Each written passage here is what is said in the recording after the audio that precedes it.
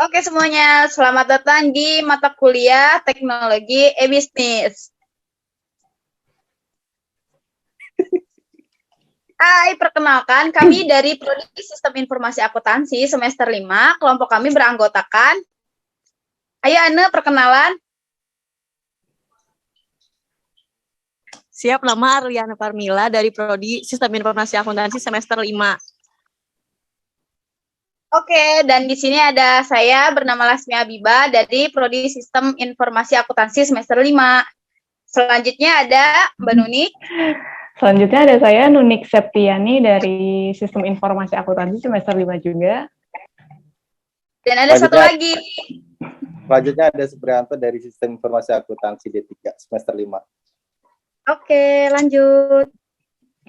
Apa aja sih yang bakal kelompok kami bahas di sini? Yang akan kita bahas di mata kuliah Teknologi E-Bisnis ini yaitu 1. E-commerce, 2. E-Business, 3. E-commerce infrastruktur, 4. E-commerce and E-Business presence. Oke, yang pertama e-commerce ini akan dibahas oleh saya. E-commerce dapat didefinisikan sebagai komersial yang diaktifkan secara digital yang dimana transaksi dilakukan secara organisasi atau individu.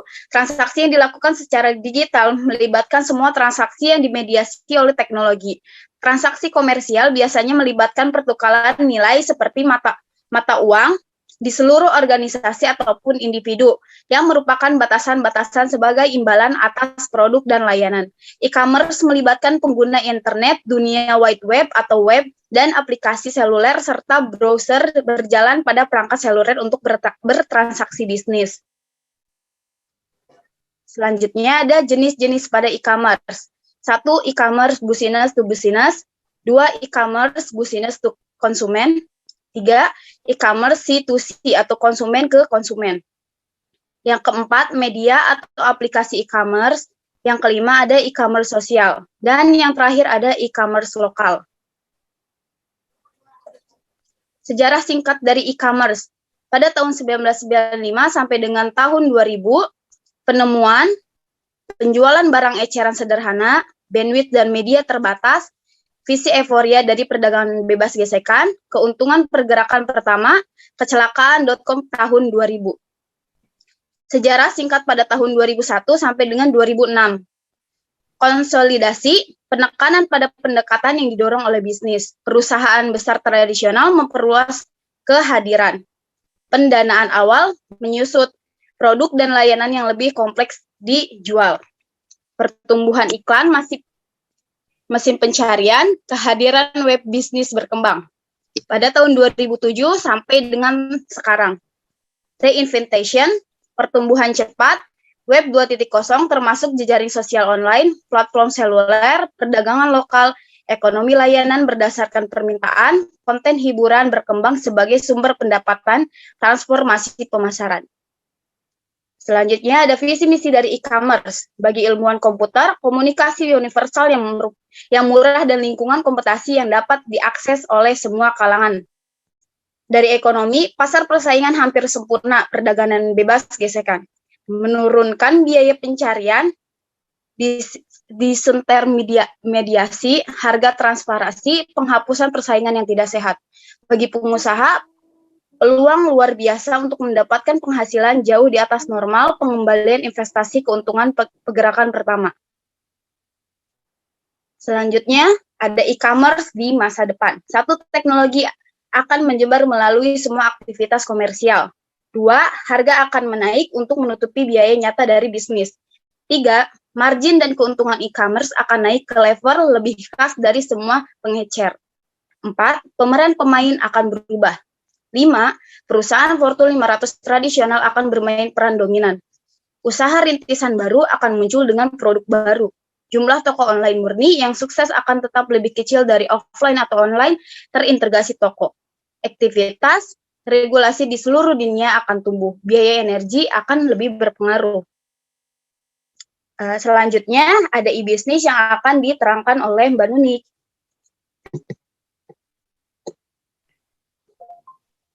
Ya, e-bisnis adalah Praktek pelaksanaan dan pengolahan proses bisnis utama seperti perancangan produk, pengelolaan pasokan bahan baku, manufaktur, penjualan, pemenuhan pesanan, dan penyediaan layanan melalui pengguna teknologi komunikasi komputer dan data yang telah terkomputerisasi.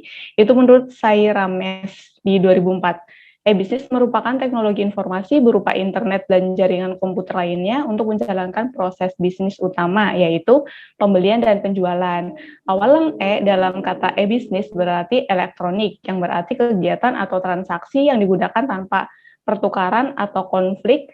Transaksi diadakan secara elektronik atau digital. Hal ini mungkin menjadi dukungan perkembangan komunikasi digital yang pesat. E-bisnis adalah perluasan dari e-commerce, di mana tidak hanya pembelian, pembayaran barang, dan pelayanan, tetapi juga disertai pelayanan konsumen, kolaborasi dengan partner bisnis dengan dukungan elektronik sebagai alat transaksi atau organisasi. Dalam penerapannya, e-bisnis akan menggunakan seluruh mata rantai dalam proses bisnisnya, seperti proses pembelian secara elektronik, manajemen rantai pasokan, pemrosesan pesanan secara elektronik, mengatur pelayanan pelanggan, hingga bekerja sama dengan partner.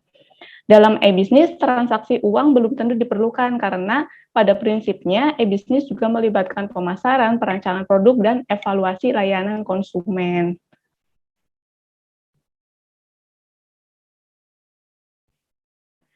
Sejarah e-bisnis yang pertama kali diperkenalkan oleh Lou Gerstner, seorang CEO perusahaan IBM, sekarang merupakan bentuk kegiatan bisnis yang dilakukan dengan menggunakan internet. E-bisnis memungkinkan suatu perusahaan untuk berhubungan dengan sistem pemrosesan data internal dan eksternal secara lebih efisien dan fleksibel. E-bisnis juga bisa dipakai untuk berhubungan dengan supplier dan mitra bisnis perusahaan, serta memenuhi permintaan dan melayani kepuasan pelanggan secara lebih baik.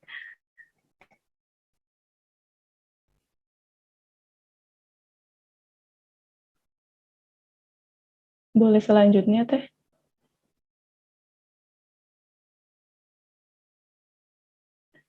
Perbedaan antara pasar tradisional dengan elektronik. Proses secara tradisional, sulit promosi dan akses pasar, face-to-face, paperwork, biaya tinggi dan birokrasi, prosedur manual, pasar kurang kompetitif, butuh pegawai banyak. Sedangkan dalam proses secara elektroniknya bisa akses pasar lebih mudah, penilaian independen, negosiasi dan penawaran standar, paperless, alur informasi transparan, anywhere and anytime, keamanan.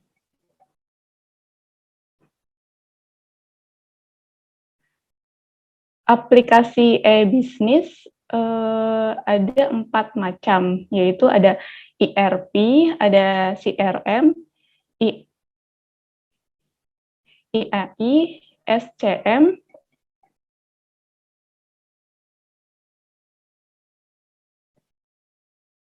fase e-bisnis yang pertama itu ada fase inovasi tahun 1995 sampai 2000. Fase inovasi memiliki beberapa ciri diantaranya sebagai berikut. E-bisnis dijalankan berdasarkan pada perkembangan teknologi seperti perkembangan internet, komunikasi, dan pertukaran data, dan yang lainnya. Yang kedua ada fase konsolidasi dari 2001 sampai 2006. Fase e-bisnis dijalankan berdasarkan pada aspek bisnis.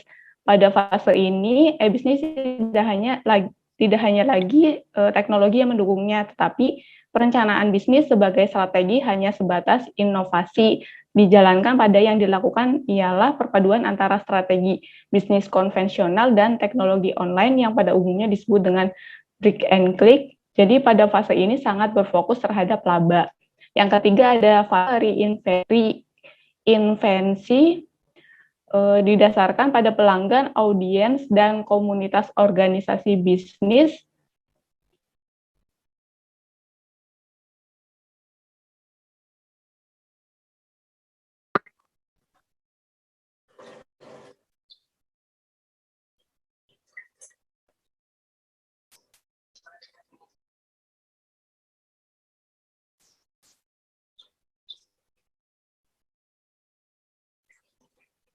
Jadi pada fase ini, mau lanjut yang ketiga, Teh?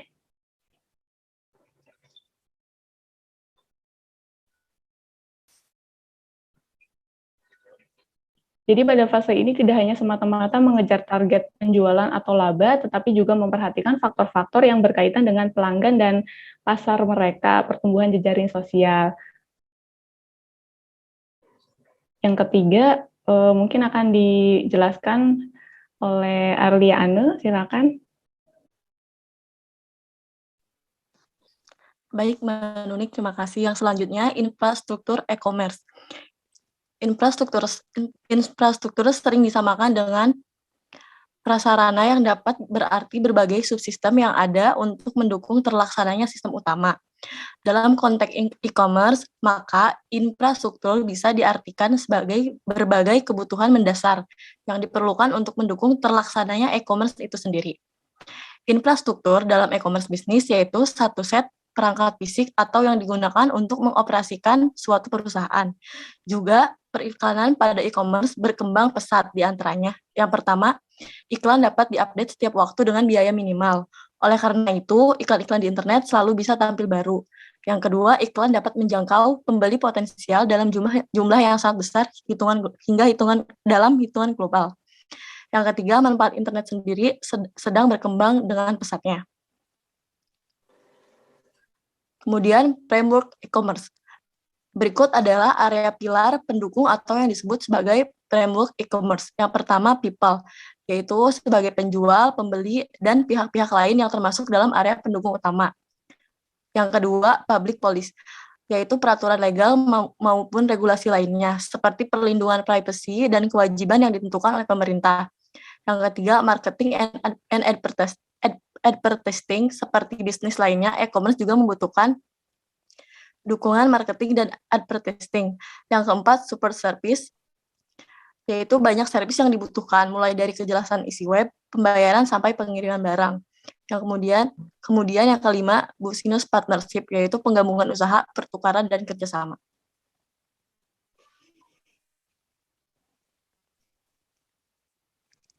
Selanjutnya, servis yang mendukung pelaksanaan e-commerce. Yang pertama, directory service, yaitu menyediakan informasi tentang pelaku bisnis pan-end user, seperti halnya buku telepon dan yellow pages di masanya. Salah satu permasalahan dalam penggunaan directory service ini adalah adanya potensi security hole, yaitu ada kemungkinan orang melakukan spamming. Yang kedua, infrastruktur kunci publik. Untuk menjalankan e-commerce dibutuhkan tingkat keamanan yang dapat diterima. Salah satu cara untuk meningkatkan keamanan, metode yang mulai umum digunakan adalah pengamanan informasi dengan menggunakan private key system. Yang ketiga, certification authority, merupakan sebuah entitas yang memberikan dan mengelola sertifikat digital yang dibutuhkan dalam transaksi elektronik. Yang keempat, IP secure, yaitu keamanan media komunikasi, merupakan hal yang penting. Mekanisme untuk mengamankan media komunikasi yang aman. Kemudian yang kelima, privacy erasure mile, yaitu merupakan standar pengamanan email yang diusulkan oleh Internet Engineering Task Force. Untuk meningkatkan keamanan informasi, keamanan layer soket perlu ditingkatkan dengan menggunakan teknologi kriptografi.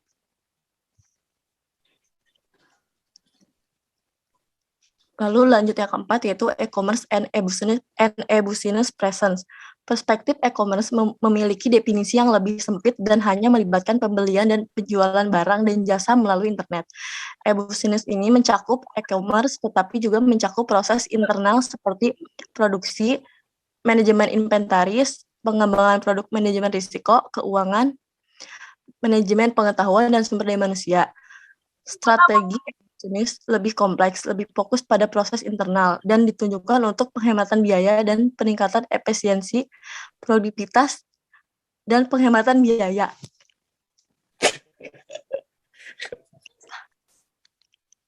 Masih lanjut? Nah, ini bagian nak. Oh iya. Selanjutnya yang keempat, e-commerce and business presence akan dibahas oleh Supriyanto. Oke, baiklah. Terima kasih. Perspektif e-commerce ini yang lebih sempit dan melibatkan pembelian dan penjualan barang dan jasa melalui internet. e-business mencakup e-commerce, tapi juga mencakup proses internal seperti produksi, manajemen inventaris, pengembangan produk, manajemen risiko keuangan, manajemen pengetahuan, dan sumber daya manusia. Strategi e-business lebih kompleks, lebih fokus pada proses internal, ditunjukkan untuk penghematan biaya dan meningkatkan efisiensi, produktivitas, dan penghematan biaya. E-commerce and e-business present bisa diartikan kehadiran bisnis online, maksudnya platform baik website and media sosial, mendapatkan atensi bagi pengguna internet berupa traffic, kunjungan interaksi, dan lebih baik dibandingkan dengan situs lain. Situs saat ini tidak membahas bulu pasar pendekatan, unik navigasi, dan mudah personalisasi yang lebih baik, pertumbuhan basis customer, segmen pasar bernilai tinggi, strategi sosial yang unggul.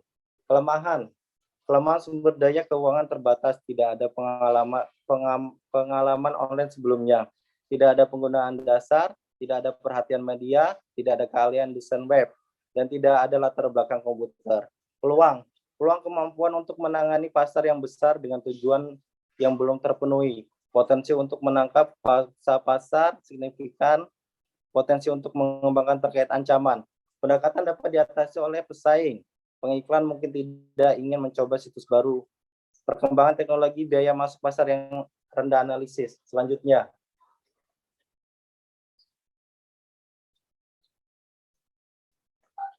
sistem analisis.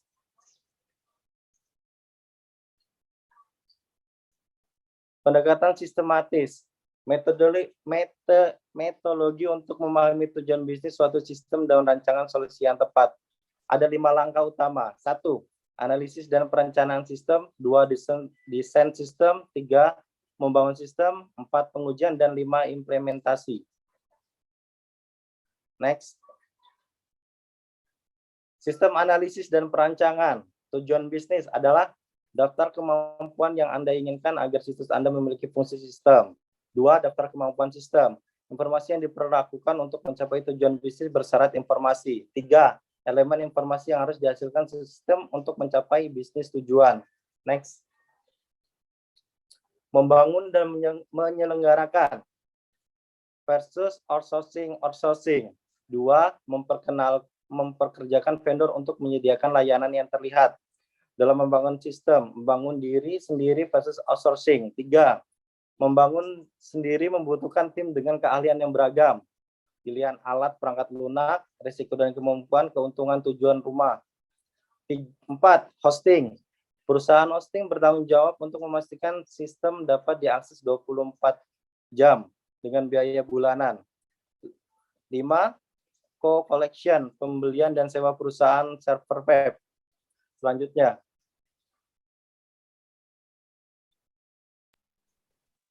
Habis. Udah Bang, penutupan. sudah. Demikianlah presentasi dari kelompok kami. Kami akhiri. Wabillahi taufiq wal hidayah. Wassalamualaikum warahmatullahi wabarakatuh. Waalaikumsalam warahmatullahi wabarakatuh.